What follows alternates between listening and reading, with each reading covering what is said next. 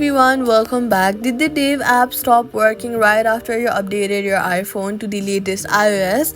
This is super common and it's not your account. Here's the quick fix.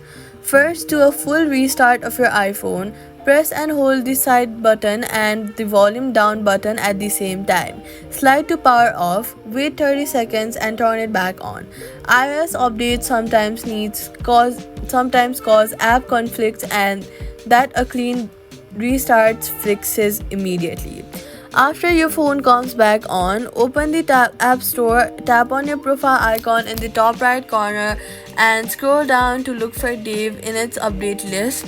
Finances apps like Dave's always release a compatibility update right after a major iOS version drops. So tap update if you see it. If there is no update yet and Dave's app is still open, go to the settings app and then go to general.